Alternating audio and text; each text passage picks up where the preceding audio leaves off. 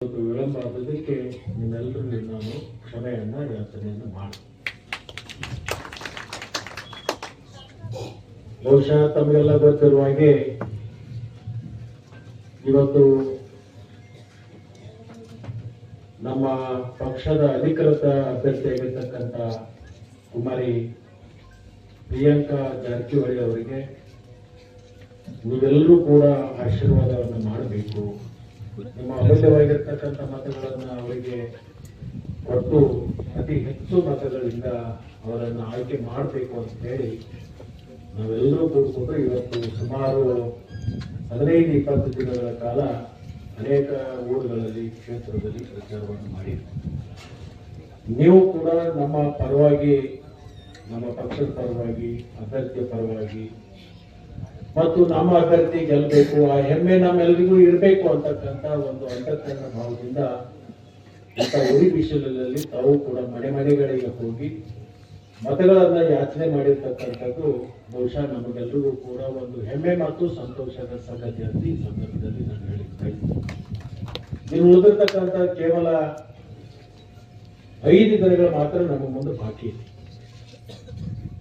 7ನೇ ತಾರೀಕು ಮತದಾನ, ನಮ್ಮ ಪ್ರಚಾರ ಮುಗಿದು 5ನೇ ತಾರೀಕು ಸಾಯಂಕಾಲ ಮುಗಿದು ಹೋಗುತ್ತೆ.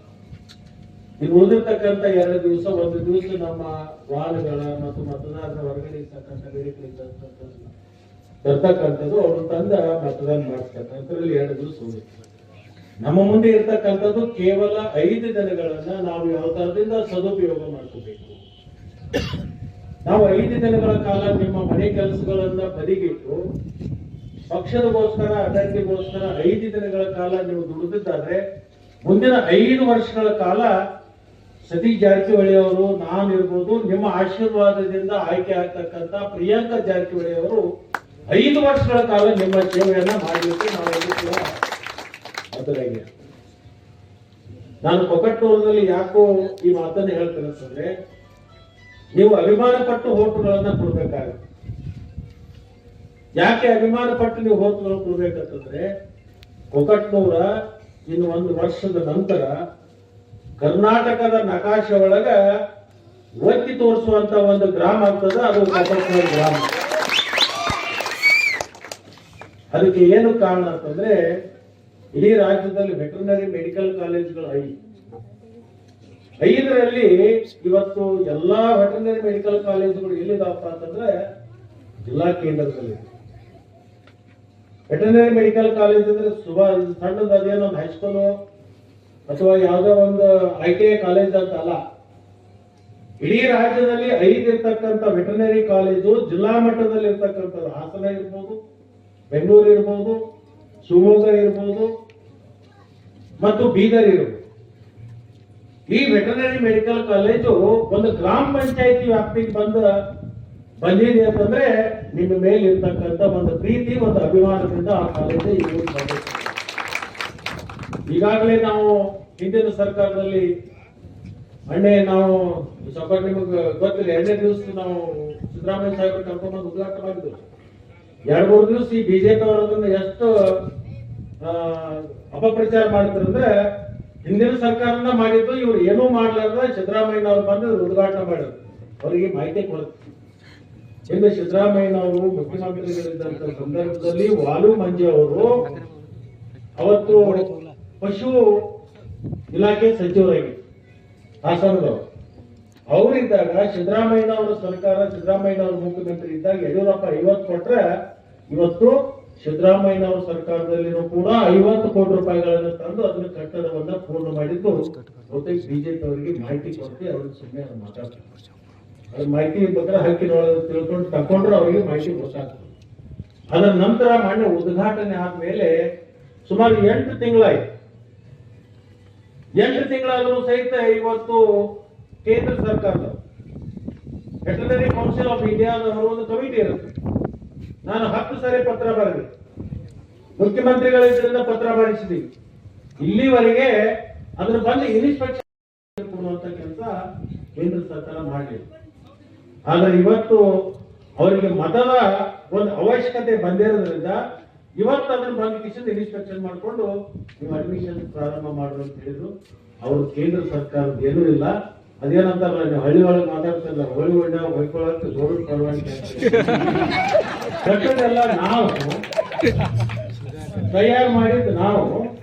ಈಗ ಅಡ್ಮಿಷನ್ ಮಾಡ್ರಿ ಮಾಡ್ತೀವಿ, ಹೇಳೋ ಮಾಡ್ತೀವಿ, ಮಾಡಿದ್ರೆ ಹೇಳೋದ್ರೆ ಮಾಡ್ತೀವಿ. ಇರ್ಲಿ, ಅದ್ರ ಬಗ್ಗೆ ಇನ್ನು ಹೆಚ್ಚು ಚರ್ಚೆ ಮಾಡೋದು ಬೇಡ. ಆದ್ರೆ ನಾನು ಹೇಳೋದೇನಂದ್ರೆ, ವೆಟರ್ನರಿ ಮೆಡಿಕಲ್ ಕಾಲೇಜಿಗೆ ಕಡಿಮೆ ಇರ್ತದಕ್ಕೆ ಮಂಡ್ಯದ ಸಚಿವ ಸಂಪುಟದೊಳಗೆ ಪುನಃ ಮತ್ತೆ ಸಿದ್ದರಾಮಯ್ಯನವರು 82 ಕೋಟಿ ರೂಪಾಯಿಗಳನ್ನು ಮಂಜೂರು ಮಾಡಿರ್ತಕ್ಕಂಥದ್ದು ಪುನಃ ಇದನ್ನು ಸಂಪೂರ್ಣ ಮುಗಿಸಿದೆ.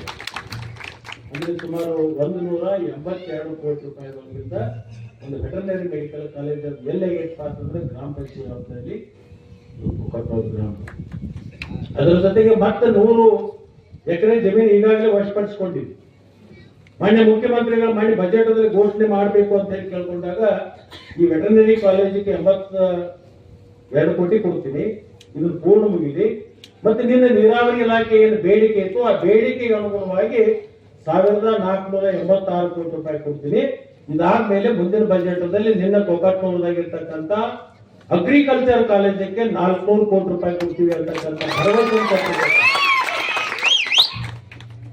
ಇಷ್ಟು ಹಣ ತರಕ ಅವರೆಲ್ಲರೂ ಒಪ್ಪಿದಾಗ ಇನ್ನು ನಮಗೊಂದು ಬಟನ್ ಒತ್ತು ಸಲುವಾಗಿ ನಮಗೆ ಎಷ್ಟು ದುಡ್ಡು. ಇಲ್ಲಿ ಶ್ಯಾಮ್ ಪೂಜಾರಿ ಹೇಳ್ದ, ಇಲ್ಲಿ ಅವನ ಕೆರೆ ಯಾವಾಗಲೂ ಹೊಡೆದು ನಮ್ಮ ಕೆರೆ ಒಟ್ಟು ನೀರ ಬರುವಂತ ಹೆಂಗ್ ನೋಡಿದ್ರೆ ಶ್ಯಾಮ್ ಪೂಜಾರಿ ಒಟ್ಟಲ್ಲ, ಸುಮ್ಮನೆ ಅವನು ಕೇಳ್ತೀವಿ. ಆ ಕೆರೆ ತುಂಬ ಯೋಜನೆಗಳಿಗೆ 180 ಕೋಟಿ. ಜಿಂಜುರವಾಡದಿಂದ ಸುಮಾರು 9 ಕೆರೆಗಳು ತುಂಬತಕ್ಕಂಥದ್ದು. ನಾಳೆ ಕೃಷ್ಣಾ ನದಿಗೆ ನೀರು ಬಂದ ಕೂಡಲೇ, ನಾಳೆ ಬಹುತೇಕ ಜೂನ್ ತಿಂಗಳೊಳಗೆ ಮಳೆ ಬಂದು ಆ ನೀರು ಬಂದ ತಕ್ಷಣಕ್ಕೆ ಮೊದಲನೇ ಯೋಜನೆ ಯಾವ್ದು ಪ್ರಾರಂಭ ಆಗಬೇಕಪ್ಪ ಅಂತಂದ್ರೆ ಆ 9 ಕೆರೆಗಳು ಸಟನ್ ಹೊತ್ತಿಗೆ ಇದೇ ಉಸ್ತುವಾರಿ ಸಚಿವರು ಬಂದು ಅವರ ಅಧ್ಯಕ್ಷತೆಯಲ್ಲಿ ಅದನ್ನು ಉದ್ಘಾಟನೆ ಮಾಡುವಂತ ಕೆಲಸವನ್ನು ನಾವು ಮಾಡ್ತೀವಿ. ನೀರು ಕೊಡುವಂತ ಕೆಲಸವನ್ನು ಮಾಡ್ತೀವಿ. ಅದರ ಜೊತೆಗೆ ನಿಮ್ಮಲ್ಲಿ PU ಕಾಲೇಜ್ ಇರಲಿಲ್ಲ, ಡಿಗ್ರಿ ಕಾಲೇಜ್ ಇರಲಿಲ್ಲ, ಇವೆಲ್ಲವನ್ನು ಮಾಡಿದ್ರು. ಅನೇಕ ರಸ್ತೆಗಳು ಮಾಡಿದ್ರು. ಇವತ್ತು ಮೊನ್ನೆ ಸತೀಶ್ ಜಾರಕಿಹೊಳಿ ಅವರು ಕೇಳಿದ್ರು, ಒಂದು 25 ಕೋಟಿ ರೂಪಾಯಿ ನಿಮ್ದು ಯಾವ್ದಾದ್ರು ಒಂದು ಸ್ಟೇಟ್ ಹೈವೇ ಬಿಟ್ಟು ಡಿಸ್ಟ್ರಿಕ್ಟ್ ಮೇಜರ್ ರೋಡ್ ಕೊಡ್ರಿ ಅಂತ. ಅದ್ರ ನಾವು ಬೇರೆ ಎಲ್ಲ ಚಿಲ್ಲರ್ ರೋಡ್ ಒಂದು 4 ಕೊಡ್ಬೋದಾಗಿತ್ತು. ಇಲ್ಲಿ ವೆಟರ್ನರಿ ಕಾಲೇಜ್ ಆಗ್ತದ, ಎಲ್ಲ ಮಂದಿ ಜಾತ್ರೆ ನಡೀತದ. ಅದ್ರ ಜೊತೆಗೆ ನಾಳೆ ಅಗ್ರಿಕಲ್ಚರ್ ಕಾಲೇಜ್ ಮಾಡೋದ್ರು, ಒಂದು ಫ್ಯಾಕ್ಟ್ರಿ ಅದ. ಸಾಕಷ್ಟು ಇಲ್ಲಿ ರಸ್ತೆ ಅಗಲಿ ಆಗಬೇಕು, ಉತ್ತಮ ರಸ್ತೆ ಆಗ್ಬೇಕು ಅಂತ ಹೇಳಿ 25 ಕೋಟಿ ವಿಶೇಷ ಅನುದಾನ ಕುರಿತು ಯಾವ್ದು ಕೊಡುದು ಅಂತ ಕೇಳಿದಾಗ ಅವತ್ತಿನ ದಿವಸ ನಾನು ಅವರು ಚರ್ಚೆ ಮಾಡಿಕೊಂಡು 10ರಿಂದ ಯಲ್ಲಮ್ಮನವಾಡಿವರೆಗೆ 26 ಕೋಟಿ ರೂಪಾಯಿಗಳನ್ನ ಇವತ್ತು ಮಂಜೂರು ಮಾಡಿರ್ತಕ್ಕಂಥ. ಅಂದ್ರೆ ಬೇರೆ ಎಲ್ಲಾ ಊರುಗಳನ್ನು ಬಿಟ್ಟು ನಿಮ್ಮ ಊರುಗಳಿಗೆ ಯಾಕೆ ನಾವು ಅವಕಾಶವನ್ನು ಕೊಡ್ತಾ ಇದ್ದೀವಿ ಅಂದ್ರೆ, ಒಂದು ದೊಡ್ಡ ಊರದ ಇಲ್ಲಿ ಮುಂದಿನ ನಿರ್ಮಾಣದಲ್ಲಿ ಈ ಊರ ನಮ್ಮ ರಾಜ್ಯದ ನಕಾಶೆ ಒಳಗೆ ಈ ಊರ ನಿಂತಬೇಕು ಅಂತಕ್ಕಂಥ ಬಯಕೆ ನಿಮ್ಮೆಲ್ಲರದ್ದು ಏನಿದೆ. ಅದ್ರ ಜೊತೆಗೆ ನಂದು ಕೂಡ ಬಯಕೆ ಇದೆ. ಆ ಬಯಕೆ ಈಡೇರಬೇಕಾದ್ರೆ ಈ ಚುನಾವಣೆ ಒಳಗೆ ಹೆಚ್ಚು ಮತಗಳನ್ನು ಕೊಟ್ಟರೆ ಮುಂದಿನ ದಿನಮಾನದಲ್ಲಿ ಸರ್ಕಾರದಿಂದ ಹೆಚ್ಚು ಅನುದಾನವನ್ನು ತರಲಿಕ್ಕೆ ನನಗದು ಸರ್ಕಾರಿ ಆಗ್ತಿದೆ ಅಂತಕ್ಕಂಥ ಮಾತನ್ನ ಈ ಸಂದರ್ಭದಲ್ಲಿ ಹೇಳಿದ್ವಿ. ಅದಕ್ಕೆ ಹಿಂದಿನ ಸಾರಿ ಈ ಸಾರ್ವತ್ರಿಕ ಚುನಾವಣೆ ಒಳಗ ಎಷ್ಟು ಲೀಡ್ ಕೊಟ್ಟಿದ್ರಿ ನೀವು? 1900 ವೋಟ್ಗಳನ್ನ ಹೆಚ್ಚಿಗೆ ಕೊಟ್ಟಿದ್ವಿ. ಈಗ 5 ಗ್ಯಾರಂಟಿಗಳು ಕೊಟ್ಟಿವಲ್ಲ, ತಿಂಗಳಿಗೆ 2,000 ರೂಪಾಯಿ ಕೊಡಾಕತ್ತೀವಿ, ಹೆಣ್ಮಕ್ಳಿಗೆ ಬಸ್ ಫ್ರೀ ಅದೇ, ವಿದ್ಯಾರ್ಥಿಗಳಿಗೆ 1500 ಮತ್ತು 3000 ಕೊಡಾಕತ್ತೀವಿ, 200 ಯೂನಿಟ್ ವಿದ್ಯುತ್ ಫ್ರೀ ಕೊಡಾಕತ್ತೀವಿ, 5 ಕಿಲೋ ಅಕ್ಕಿ ಮತ್ತು 5 ಕಿಲೋ ರೊಕ್ಕ ಕೊಡಾಕತ್ತೀವಿ. ಮಸಾಲೆ ತಗೊಂಬರಿ, ಅಕ್ಕಿ ತಗೊಂಬರಿ, ಬಿರಿಯಾನಿ ಮಾಡಾಕತ್ತೀವಿ. ಮಾಡಾಕತ್ತೀವಿಲ್ಲ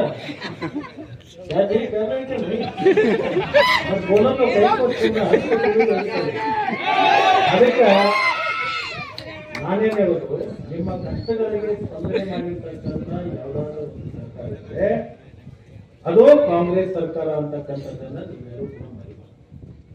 ಇಂಥ ತುಟ್ಟಿ ವರ್ತಮಾನದಲ್ಲಿ, ಇಂಥ ತುಟ್ಟಿ ಕಾಲದಲ್ಲಿ ಬಡವರಿಗೆ ಮತ್ತು ಅತ್ಯಂತ ಮಧ್ಯಮ ವರ್ಗದವರಿಗೆ ಆಗ್ತಕ್ಕಂಥ ತೊಂದರೆಯನ್ನ ಗಮನದಲ್ಲಿಟ್ಟುಕೊಂಡು ಸಿದ್ದರಾಮಯ್ಯನವರು, DK ಶಿವಕುಮಾರ್ ಅವರು ಚುನಾವಣೆ ಪೂರ್ವದಲ್ಲಿ ಒಂದು ಭರವಸೆ ಪತ್ರ ಏನು ಕೊಟ್ಟಿದ್ರು.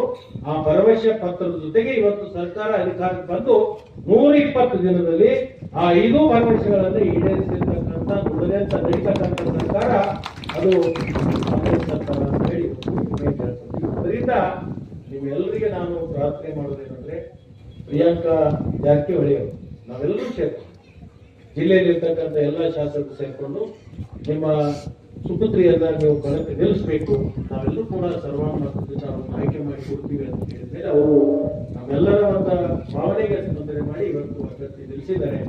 ಆ ಒಂದು ಅಭ್ಯರ್ಥಿಗೆ ನೀವು ಹೆಚ್ಚು ಮತಗಳನ್ನು ಕೊಟ್ಟು ಆಯ್ಕೆ ಮಾಡಿಕೊಡುವಂತ ಜವಾಬ್ದಾರಿ ಇವತ್ತು ನಿಮ್ಮದಿದೆ ಅಂತಕ್ಕಂಥ ಮಾತನ್ನ ಈ ಸಂದರ್ಭದಲ್ಲಿ ಹೇಳಿ, ಇವತ್ತು ನಿಮ್ಮ ಅಮೂಲ್ಯವಾಗಿರ್ತಕ್ಕಂಥ ಮತವನ್ನು ನೀವು ಅವರಿಗೆ ದಾರಿ ಎರಿಬೇಕು ಅಂತ ಹೇಳಿ ಈ ಸಂದರ್ಭದಲ್ಲಿ ಹೇಳಿ, ಇವತ್ತು ಪ್ರಿಯಾಂಕಾ ಜಾರಕಿಹೊಳಿ ಅವರು ಒಬ್ಬ ನಮ್ಮ ಮನೆ ಮಗಳು ಅಂತಕ್ಕಂಥ ಭಾವನೆ ನಿಮ್ಗೆ ಇರಬೇಕು. ಈಗ ಜಾರಕಿಹೊಳಿ ಅವರು ಸತೀಶ್ ಅವರ ಭಾವನೆ ಏನಿತ್ತು, ಬುದ್ಧ ಬಸವ ಅಂಬೇಡ್ಕರ್, ಬಸವಣ್ಣ ಏನ್ ಹೇಳಿದ, ಇವ ನಾಡವ ಎಂದೆನಿಸಿದರಯ್ಯ, ಇವ ನಮ್ಮವ ಎಂದೆನಿಸಯ್ಯ, ಕೂಡಲ ಸಂಗಮ ದೇವ, ಇವ ನಿಮ್ಮ ಮನೆ ಮಗನೆಂದೆನಿಸಯ್ಯ ಅಂತ ಹೇಳಿ ಬಸವಣ್ಣವರ ವಿಚಾರಧಾರೆಗಳನ್ನ ತಮ್ಮ ರಾಜಕೀಯದಲ್ಲಿ ಧರಿಸಿಕೊಂಡು ಹೋಗಿರ್ತಕ್ಕಂಥ ಅಂತವರು ಸುಪುತ್ರಿಯಾಗಿರ್ತಕ್ಕಂಥ ಪ್ರಿಯಾಂಕಾ ಜಾರಕಿಹೊಳಿ ಅವರಿಗೆ ನಿಮ್ಮ ಅಮೂಲ್ಯವಾಗಿರ್ತಕ್ಕಂಥ ಮತಗಳನ್ನು ಕೊಟ್ಟು ಆ ನಮ್ಮ ಮನೆಯ ಮಗಳಿಗೆ ನೀವೆಲ್ಲರೂ ಕೂಡ ಉಡಿ ತುಂಬಿ ಆಶೀರ್ವಾದ ಮಾಡಬೇಕು ಅಂತ ಹೇಳಿ ನಿಮ್ಮನ್ನು ತಿಳ್ಕೊಂಡು ನಾನು ಮಾತಾಡ್ತೀನಿ. ಯಾಕಂದ್ರೆ ಇನ್ನೂ ಬಹಳಷ್ಟು ಜನ ಮಾತಾಡೋದು, ಆದ್ರೆ ನಾನು ಗುಲ್ಬರ್ಗಕ್ಕೆ ಹೋಗ್ಬೇಕಾಗಿರ್ತಕ್ಕಂಥ ಒಂದು ಅನಿವಾರ್ಯತೆ ಇರೋದ್ರಿಂದ ಅದಕ್ಕೆ ನಾನು ಈ ಮಾತಿಗೆ ವಿರಾಮ ಕೊಡ್ತೀನಿ. ಈ ಚುನಾವಣೆಯಲ್ಲಿ ನಿಮ್ಮ ಬೂತ್ಗಳಲ್ಲಿ ನೀವು ಪ್ರತಿಯೊಬ್ಬರು ಕೂಡ ನಿಮ್ಮ ಹಕ್ಕನ್ನು ಚಲಾವಣೆ ಮಾಡಬೇಕು ಮತ್ತು ಹೆಚ್ಚು ಮತಗಳ ತರುವುದರಲ್ಲಿ ನಿಮ್ಮೆಲ್ಲರ ಪ್ರಯತ್ನ ಇರಲಿ ಅಂತ ತಿಳ್ಕೊಂಡು ನನ್ನ ಮಾತು ಮುಗಿಸ್ತೀನಿ. ಇನ್ನೇನು ಕೆಲವೇ 7 ದಿನಗಳ ನಂತರ ಚಿಕ್ಕೋಡಿ ಲೋಕಸಭೆಗೆ ಚುನಾವಣೆ ಜರುಗ್ತಾ ಇದೆ. ಆ ಚುನಾವಣೆಯೆಲ್ಲ ತಾವು ಕೊಪ್ಪಳ ಗ್ರಾಮಸ್ಥರ ಎಲ್ಲರೂ ಕಾಂಗ್ರೆಸ್ಸಿಗೆ ಪ್ರಿಯಾಂಕಾಗೆ ಆಶೀರ್ವಾದ ಮಾಡಬೇಕಂತ ತಮ್ಮಲ್ಲಿ ತಲೆ ಮನವಿ ಮಾಡ್ಕೊಳ್ಳಿಕ್ಕೆ ತಮ್ಮ ಗ್ರಾಮಕ್ಕೆ ಬಂದಿದ್ದೇನೆ. ಈ ಪಕ್ಷಕ್ಕೆ ಯಾಕೆ ಓಟ್ ನೀಡಬೇಕು, ಪ್ರಿಯಾಂಕೆಗೆ ಯಾಕೆ ನೀಡಬೇಕು ಅನ್ನೋ ಮಾತನ್ನ ಈಗಾಗಲೇ ನಮ್ಮ ಅಧ್ಯಕ್ಷರು ಗೋಪಾಲ್ ಅವರು ಹೇಳುವಂತ ಪ್ರಯತ್ನ ಮಾಡಿದ್ದಾರೆ. ಕಾಂಗ್ರೆಸ್ ಪಕ್ಷ ಈ ದೇಶವನ್ನ, ಈ ರಾಜ್ಯವನ್ನ, ಈ ಜಿಲ್ಲೆಯನ್ನು ಕಟ್ಟುವಂತ ಪ್ರಯತ್ನ ಕಳೆದ 60 ವರ್ಷಗಳಿಂದ ಮಾಡಿ ತಮಗೆಲ್ಲ ಕರ್ತವ್ಯ ವಿಚಾರ. ಹೊಸಿ 10 ತಾಲೂಕಿನಲ್ಲಿ ನೀರಾವರಿ ಯೋಜನೆಗಳನ್ನು ಕೂಡ ನಮ್ಮ ಕಾಂಗ್ರೆಸ್ ಸರ್ಕಾರದ ಅವಧಿಯಲ್ಲಿ ಆಗಿರೋದು ಕೂಡ ನಮಗೆ ಬಹಳ ಹೆಮ್ಮೆ ಅಂತ ಹೇಳಿ ಇಚ್ಛೆಯನ್ನು ಮಾಡ್ತಾರೆ. ಜೊತೆಗೆ ಹಲವಾರು ಕೆರೆ ತುಂಬಿ ಯೋಜನೆ ಇರಬಹುದು, ಅಥವಾ ಶಾಲೆಗಳನ್ನ ಕಟ್ಟುವಂತಹದ್ದು ಇರ್ಬೋದು, ಸರ್ಕಾರಿ ಶಾಲೆಗಳಿರ್ಬೋದು, ಆಸ್ಪತ್ರೆಗಳು ಕಟ್ಟುವಂತ ಪ್ರಯತ್ನ ಇದು ಕಾಂಗ್ರೆಸ್ ಪಕ್ಷ ಮಾಡಿದೆ ಅನ್ನೋ ಮಾತನ್ನ ಈ ಸಂದರ್ಭ ಹೇಳ್ತಾ, ಸುಮಾರು ಕಾರ್ಯಕ್ರಮವನ್ನ ಈಗಾಗಲೇ ಮಾಡಿದ್ರು ನಾವು. ಚಿಕ್ಕದಾಗಿರ್ಬೋದು, ದೊಡ್ಡದಾಗಿರ್ಬೋದು, ಕಾಂಗ್ರೆಸ್ಸಿನ ಸಾಧನೆ, ವಿಶೇಷವಾಗಿ ಮಹಿಳೆಯರಿಗೆ ನೀಡುವಂತ 5 ಗ್ಯಾರಂಟಿಗಳನ್ನ ಈಗಾಗಲೇ ಸಾಕಷ್ಟು ಎಲ್ಲಾ ಕಾರ್ಯಕ್ರಮದಲ್ಲಿ ಹೇಳುವಂತ ಪ್ರಯತ್ನ ಮಾಡಿ, ಒಂದೇ ತಮ್ಮ ನಮ್ಮ ಕಾರ್ಯಕ್ರಮ ಅಂತಂದ್ರೆ ಮಹಿಳೆಯರಿಗೆ ಹೆಚ್ಚು ತಿಳುವಳಿಕೆ ಕೊಡುವಂತ ಪ್ರಯತ್ನ ಮಾಡಬೇಕು. ಹೆಚ್ಚು ಮಹಿಳೆಯರಿಗೆ ತಾವು ಈ ಗ್ಯಾರಂಟಿ ಬಗ್ಗೆ ಸಿದ್ದರಾಮಯ್ಯ ಕೊಟ್ಟಂತ ಗ್ಯಾರಂಟಿನ ನಾವು ತಿಳಿಸುವಂತ ಪ್ರಯತ್ನ ಮಾಡಿ, ಇನ್ನು ಹೆಚ್ಚು ನಮಗೆ ಕಾಂಗ್ರೆಸ್ಗೆ ಮತ ಕೊಡಲಿಕ್ಕೆ ಅನುಕೂಲ ಆಗ್ತದೆ ಅನ್ನೋ ಮಾತನ್ನ ಈ ಸಂದರ್ಭದಲ್ಲಿ ಹೇಳುತ್ತಾ, ಜೊತೆಗೆ ಕೇಂದ್ರದಲ್ಲಿ ನಮ್ಮ ಸರ್ಕಾರ ಬಂದ್ರೆ ಮತ್ತೆ 5 ಗ್ಯಾರಂಟಿಗಳನ್ನ ನಮ್ಮ ಮಲ್ಲಿಕಾರ್ಜುನ ಖರ್ಗೆ ಅವರು ಮತ್ತು ರಾಹುಲ್ ಗಾಂಧಿ ಅವರು ಘೋಷಣೆ ಮಾಡಿದ್ರೆ ಅದರಲ್ಲಿ ಪ್ರಮುಖವಾಗಿರುವುದು ರೈತರ ಸಾಲ ಮನ್ನಾ. ಬಹಳ ದೊಡ್ಡ ಉಪಕಾರ ಆಗುವುದು ರೈತರ ಸಾಲ ಮನ್ನಾ. ಹಿಂದೆ ನಮ್ಮ ಸರ್ಕಾರ ಇದ್ದಾಗ, ಮನಮೋಹನ್ ಸರ್ಕಾರ ಇದ್ದಾಗ 70,000 ಕೋಟಿಯನ್ನ ಸಾಲ ಮನ್ನಾ ಮಾಡಿ ಒಂದು ದಾಖಲೆಯನ್ನ ಸ್ಥಾಪನೆ ಮಾಡಿದ್ರು. ಅದಾದ್ಮೇಲೆ ಸಿದ್ದರಾಮಯ್ಯ ಅವರು ಒಂದ್ಸರಿ ಮಾಡಿದ್ವಿ, ಒಂದ್ಸಲ ಸಮ್ಮಿಶ್ರ ಸರ್ಕಾರದಲ್ಲಿ ಕುಮಾರಸ್ವಾಮಿ ಅವರ ಸರ್ಕಾರದಲ್ಲಿ 2 ಬಾರಿ ನಮ್ಮ ಕಾಂಗ್ರೆಸ್ ಸರ್ಕಾರ ರೈತರ ಪರವಾಗಿ ನಿಂತಿದೆ ಅನ್ನೋ ಮಾತಾಡ್ತಾ, ಇದು ಬಹಳ ದೊಡ್ಡ ರೈತರಿಗೆ ಸಹಾಯ ಆಗಲಿ ಈ ಸಾಲ ಮನ್ನಾದಿಂದ. ಜೊತೆಗೆ ಮಹಿಳೆಯರು ಕೂಡ ಮತ್ತೆ ಹೆಚ್ಚು ಆರ್ಥಿಕ ಸಬಲೀಕರಣ ಮಾಡಲಿಕ್ಕೆ, ವಿದ್ಯಾರ್ಥಿಗಳಿಗೆ ಹೆಚ್ಚಿನ ಸಬಲೀಕರಣ ಮಾಡಲಿಕ್ಕೆ 5 ಗ್ಯಾರಂಟಿಗಳನ್ನ ಈ ಸರ್ಕಾರ ಘೋಷಣೆ ಮಾಡಿ, ಅದನ್ನೇ ಈಗ ನಾವು ಗ್ಯಾರಂಟಿ ಕಾರ್ಡ್ನ ಮನೆ ಮನೆಗೆ ಹಂಚ್ತಾ ಇದ್ವಿ. ತಾವು ಆದಷ್ಟು ಬೇಗ ನಾವು ಕಾರ್ಯಕರ್ತರು ಮನೆ ಮನೆಗೆ ಮುಟ್ಟಿಸಿ ಅದನ್ನ ನಾವು ತಿಳುವಳಿಕೆ ಮೂಲಕ ಹೇಳಿದ್ರೆ ಇನ್ನು ಹೆಚ್ಚು ನಾವು ಮಹಿಳೆಯರ ಮಾತಾಡಲಿಕ್ಕೆ ಸಾಧ್ಯ ಆಗ್ತದೆ ಮಾತನ್ನ ಹೇಳ್ತಾ, ನಾಳೆಯಿಂದ ತಾವು ಅವ್ರ ಮನೆಗೆ ಹೋಗಿ ಗ್ಯಾರಂಟಿಗಳನ್ನ ಮುಟ್ಟಿಸಿ ನಮ್ಮ ಪಕ್ಷದ ಸಾಧನೆಗಳು, ನಮ್ಮ ಸರ್ಕಾರದ ಸಾಧನೆಗಳು, ಸಿದ್ದರಾಮಯ್ಯ ಸಾಧನೆಗಳನ್ನ ಹೇಳುವಂತ ಪ್ರಯತ್ನ ಮಾಡಿದ್ರೆ ಇನ್ನು ಹೆಚ್ಚು ಮತ ಪಡಲಿಕ್ಕೆ ಸಾಧ್ಯ ಆಗ್ತದೆ ಅನ್ನೋ ಮಾತನ್ನು ಹೇಳ್ತಾ, ಬಹುಶಃ ಹೆಚ್ಚಿನ ಅವಶ್ಯಕತೆ ಇರುವಂತ ಭಾವಿಸಿ ತಾವು 7ಕ್ಕೆ ಮತದಾನ ಅತಿ ಹೆಚ್ಚಿನ ಪ್ರಮಾಣದಲ್ಲಿ ಮತದಾನ ಮಾಡುವ ಮೂಲಕ ಪ್ರಿಯಾಂಕಾ ಅವರನ್ನ ಅತ್ಯಂತ ಅಂತರದಿಂದ ಆರಿಸಬೇಕಂತ ಹೇಳಿ ನನ್ನ ಮಾತು ನಮಸ್ಕಾರ. ಅಕೌಂಟಿಗೆ 2,000 ರೂಪಾಯಿಗಳನ್ನು ನೀಡಿತು. ನಮಗೆ ಅವಶ್ಯಕ ಕೆಲಸಗಳಿಗೆ ಹೋಗಲು ಬಸ್ ಫ್ರೀ, ಕರೆಂಟ್ ಫ್ರೀ, ಇದೆಲ್ಲ ಯಾರಿಗೆ ಕೋಟ್ಯಾಧೀಶರಿಗೆ ನೀಡಿದಂತ ಸವಲತ್ತಲ್ಲ. ಇದೆಲ್ಲ ಎಂತ ಸವಲತ್ತು ವಿದ್ಯಾನಿಧಿಯನ್ನು ಹೇಳಿದ್ರು 400 ಜನ 4 ವಿದ್ಯಾರ್ಥಿಗಳು ತಗೋತಾರ ಅಂತ ಹೇಳಿ. ಇದೆಲ್ಲ ಬಡವರ ಪರವಾಗಿ ಜನಸಾಮಾನ್ಯರ ಪರವಾಗಿ ಚಿಂತನೆ ಮಾಡುವಂತ ಕಾಂಗ್ರೆಸ್ ಸರ್ಕಾರ ರಾಜ್ಯದಲ್ಲಿ ಆಡಳಿತಕ್ಕೆ ಬಂತು. ಇನ್ನು ಮುಂದಿರುವ ಪ್ರಶ್ನೆ, ದೇಶದಲ್ಲಿ 10 ವರ್ಷಗಳ ಕಾಲ ಕೇವಲ ಭಾಷಣದ ಮೇಲೆ ಮಾತಿನ ಮೇಲೆ ಅವಧಿಯನ್ನು ಹಾಳು ಮಾಡಿ ನಾವು ಏನು ಮಾಡಿದೀವು, ಬಡವರ ಪರವಾಗಿ ರೈತರ ಪರವಾಗಿ ಏನ್ ಮಾಡಿದೀವಿ ಅನ್ನೋದನ್ನ ಒಂದು ಮಾತಿರೋದಿಲ್ಲ. ಯಾವುದನ್ನು ಹೇಳಬೇಕಿದ್ರೆ ಧರ್ಮಗಳ ನಡುವೆ, ಜನರ ಬಾಂಧವ್ಯಗಳ ನಡುವೆ, ಸಂಬಂಧಗಳ ನಡುವೆ ಬೆಂಕಿ ಹಚ್ಚುವ ಮಾತುಗಳನ್ನು ಮಾತ್ರ ಹೇಳ್ಕೊತ ಬಂದ್ರು, ನಮ್ ತೆರಿಗೆ ಕೆಲ್ಸಕ್ಕೆ ಬಂದ್ರು, ಇಲ್ಲಿ ತರ ಸೋತಿವು. ಇನ್ನು ಪರಿಸ್ಥಿತಿ ಹೆಂಗೈತಂದ್ರೆ ದೇಶ ಒಂದು ವೇಳೆ ಉಳಿಯಬೇಕಾದ್ರೆ, ಈ ದೇಶದ ಕಟ್ಟಕಡೆಯ ರೈತ ಬದುಕಬೇಕಾದ್ರೆ, ಈ ದೇಶದ ವಿದ್ಯಾರ್ಥಿಗೆ ನೌಕರಿ ಸಿಗಬೇಕಾದ್ರೆ, ವಿದ್ಯಾಭ್ಯಾಸ ಮುಗಿಸಿದ ನಂತರ ಕಾಂಗ್ರೆಸ್ ಪಕ್ಷ ಅತ್ಯಂತ ಅನಿವಾರ್ಯ. ಈಗೆಲ್ಲರೂ ಹೆಚ್ಚು ಕಡಿಮೆ ಮಾಡ್ಕೊತ ಹೋದಿವಂದ್ರೆ ಡಾಕ್ಟರ್ ಬಾಬಾ ಸಾಹೇಬ್ ಅಂಬೇಡ್ಕರ್ ಅವರು ಪರಿಶ್ರಮ ಪಟ್ಟು ರಚಿಸಿದಂತಹ ಸಂವಿಧಾನಬದ್ಧವಾದಂತಹ ಕೆಲಸ ಕಾರ್ಯಗಳು ಏನ್ ನಡಿಬೇಕಾಗಿತ್ತು ಅದ್ಯಾವುದು ನಡೆಯುವಂತ ಸಂದರ್ಭಕ್ಕೆ ಅವಕಾಶ ಕೊಡಲಿಲ್ಲ 10 ವರ್ಷಗಳ ಕಾಲ. ಒಂದು ವೇಳೆ ಹೆಚ್ಚು ಮಾತಾಡೋದ್ರಿಂದ ಮಾತಾಡುವ ನಾಯಕರು ನಿಮ್ಮಲ್ಲಿ ಒಂದು ವಿನಂತಿ ಮಾಡ್ಕೊತು, 10 ವರ್ಷಗಳ ಕಾಲ ಯಾವುದೇ ರೀತಿಯಿಂದ ಸವಲತ್ತುಗಳು ನೀಡಲಾರದಂತದ್ದು ಇವತ್ತು ಕಟ್ಟಕಡೆಯ ರೈತರಿಗೆ ಹೋಗುವಂತ ಕೆಲಸ ಕಾರ್ಯಗಳು. ಒಬ್ಬ ಅದ್ಭುತವಾದಂತಹ ವ್ಯಕ್ತಿ ಕರ್ನಾಟಕ ರಾಜ್ಯದಲ್ಲಿ ಸಿದ್ದರಾಮಯ್ಯನವರು, ಒಬ್ಬ ಆರ್ಥಿಕ ತಜ್ಞ ಅಂದ್ರು ಮಾತ್ರ ಹೆಚ್ಚಿನ ಆಗ್ಬೇಕಿಲ್ಲ. ಯಾಕಂದ್ರೆ ಬಹಳ ನಾವು 2000 ಮತ್ತೆ ಬಸ್ ಫ್ರೀ ಇಷ್ಟೆಲ್ಲ ಸೌಕರ್ಯಗಳು ಕೊಡ್ತಾರೋ ಹೆಂಗ್ ನೀಗಿಸ್ತಾರೋ ಅಂತ ಹೇಳಿ ನಾವು ವಿಚಾರ ಮಾಡ್ತಿದ್ವಿ. ಇದು ಬಹುಶಃ ಫೇಲ್ ಆಗ್ತೇನೋ ಅಂತಿದ್ವಿ. ಆದ್ರೆ ಹೆಂಗ ಹಣಕಾಸಿನ ವ್ಯವಸ್ಥೆಯನ್ನು ಕ್ರೋಢೀಕರಣ ಮಾಡಬೇಕು, ಹೆಂಗ ಬಡವರಿಗೆ ಹಂಚಬೇಕು ಅನ್ನೋದು ಗೊತ್ತಿದ್ದಂತ ಏಕೈಕ ಮುಖ್ಯಮಂತ್ರಿ ಸಿದ್ದರಾಮಯ್ಯನವರು. ಅವರು ಮಾಡಿದಂತಹ ಕೆಲಸ ಕಾರ್ಯಗಳು ನಮ್ಮ ಸನ್ಮಾನ್ಯ ಲಕ್ಷ್ಮಣ ಸವದಿ ಅವರು ಬರೀ ವ್ಯಕ್ತಿ ಅಲ್ಲ, ನಮ್ಮೆಲ್ಲರ ಕ್ಷೇತ್ರದ ಒಂದು ದೊಡ್ಡ ಶಕ್ತಿ. ನಮಗೆಲ್ಲ ಹೆಂಗ್ ಶಕ್ತಿಪ್ಪ ಅಂದ್ರೆ ಕೋವಿಡ್ ಟೈಮ್ ನಲ್ಲಿ ನೋಡಿದ್ವು, ದುಃಖಕ್ಕೆ ಒಳಗಾದವರ ಪರವಾಗಿ, ತುಳಿತಕ್ಕೆ ಒಳಗಾದವರ ಪರವಾಗಿ ಹಗಲು ರಾತ್ರಿ ಚಿಂತೆ ಮಾಡುತ್ತಾ ಅವರಿಗೆ ಸ್ಪಂದನೆ ನೀಡುತ್ತಾ ಅವರ ಕೆಲಸ ಕಾರ್ಯಗಳ ನೀಗಿಸುವುದರ ಜೊತೆಗೆ ಇವತ್ತು ಇಂಥ ಪರಿಸ್ಥಿತಿ ಒಳಗೂ ಕೂಡ 2,000 ಕೋಟಿ ಅನುದಾನವನ್ನ ರಾಜ್ಯ ಸರ್ಕಾರದಿಂದ ತಂದಂತ ಪುಣ್ಯಾತ್ಮ ಲಕ್ಷ್ಮಣ ಸವದಿಯವರು. ಇಷ್ಟೆಲ್ಲ ಬಿಟ್ಟು ನಾವು ಲೋಕಸಭೆ ಚುನಾವಣೆ ಒಳಗೆ ಸಹೋದರಿ ಪ್ರಿಯಾಂಕಾ ಜಾರಕಿಹೊಳಿ ಅವರಿಗೆ